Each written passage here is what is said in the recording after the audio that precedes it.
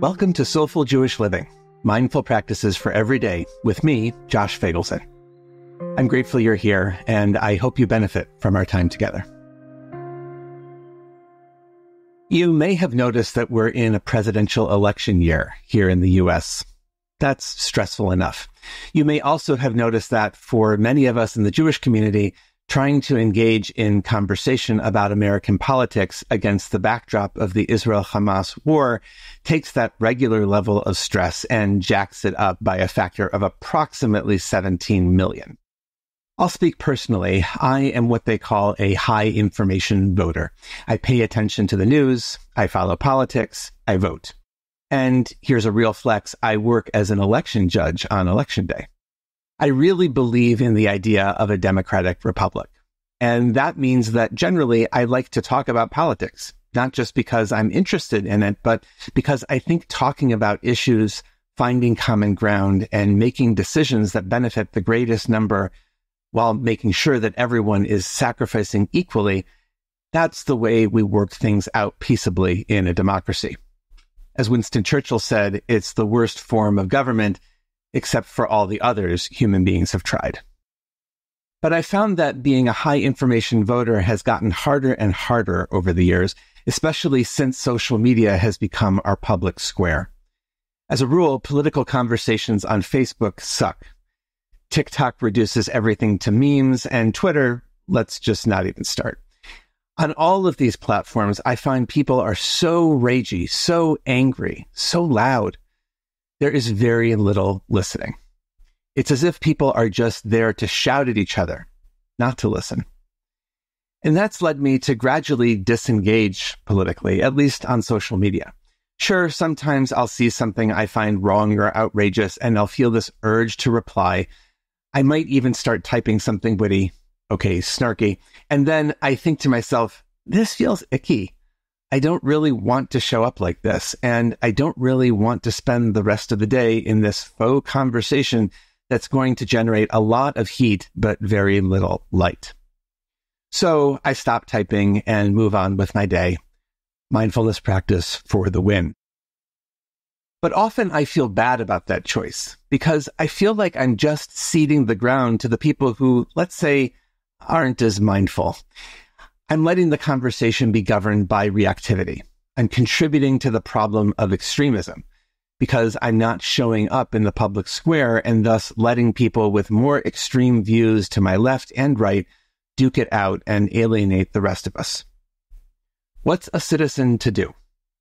This is actually a topic I want to spend some time on as we get closer to the election because I think it's really important.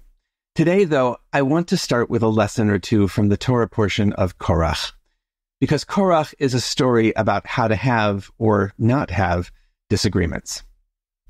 Quick refresher, Korach is Moses' cousin. He allies himself with some other disgruntled folks and comes to Moses to publicly challenge him as leader of the people.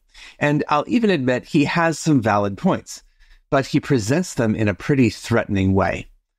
Things gradually build until the climactic scene in which Korach and his band of 270 followers are swallowed up by the earth. And ever since then, the name of Korach has gotten a bad rap. Centuries after the writing of the Torah, the rabbis of the Talmud invoke Korach as the epitome of a bad argument partner. Any argument that is for the sake of heaven is destined to endure, they say, but any argument that isn't for the sake of heaven will not endure. Exhibit A of this latter type of bad faith argument? You guessed it, Korach. Here's how a rabbi from the 15th century explains it. In a healthy argument, the aim is to arrive at the truth. Everyone is committed to that goal, but in an unhealthy argument, the aim is to achieve power, to win, to own the other guys. Even 3,000 years ago, they had this figured out already. Snarky comments on someone's tweet are probably not going to accomplish much. They're bad arguments.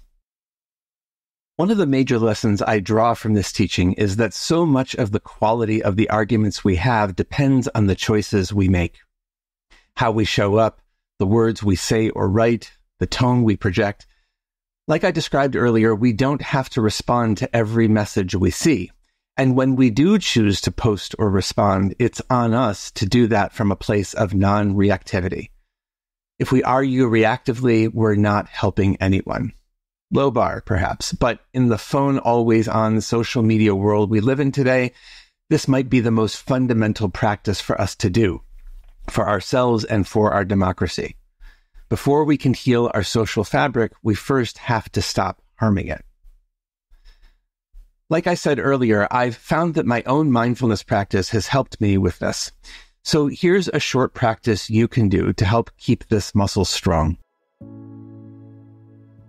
Begin by entering a meditation position, a posture that's dignified and allows air to flow.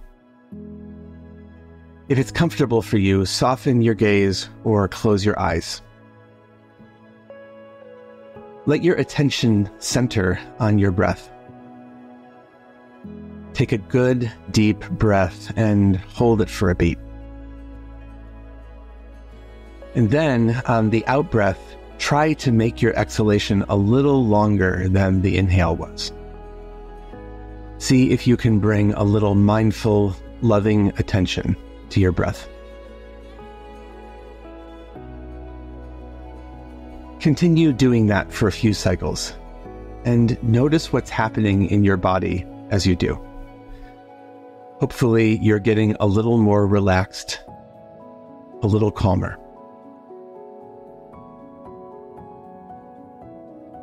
Now, allow yourself to notice what sensations arise when you think about a political conversation, online or perhaps in person. What happens to your body, your breathing? What feelings are present? There might be some tension or anxiety there. There might be a feeling of urgency. Maybe you feel like you want to just avoid it all and shut down, check out. Allow yourself to notice these sensations. They're natural and totally understandable. Now, see if you can create a little space between you and those sensations. Imagine yourself in that argument or conversation. How do you want to show up? What options do you have? There might be an impulse to score some points, to win for your side. Hold that thought and just examine it. Is that contributing to a healthier argument? Is it, as the rabbi said, an argument for the sake of heaven? Maybe there's another way to engage. Or maybe right now, this moment isn't the time to do it, and you can respond later from a calmer, wiser place. Imagine how that might feel. Continue to breathe in and out.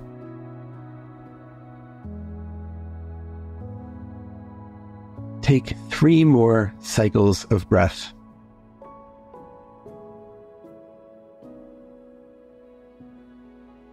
And when you're ready, if your eyes have been closed, open them up and look around. Notice how you feel. Hopefully a little bit less reactive, a little bit wiser. This episode is airing the week of July 4th, and I think there's something significant in that. This practice, like so many of the practices we talk about here, is important not just for us as individuals, but for our communities and our society. Like Moses, Korach, and the ancient Israelites, if we want peace for ourselves and for everyone we share our country and our planet with, then we have to live together. And the only way we're going to live together in peace is if we can talk and argue with each other non-reactively. It's one of the lessons of Korach, and I believe it's the foundation stone of democratic life. Blessings for the journey. Know that I'm on it with you.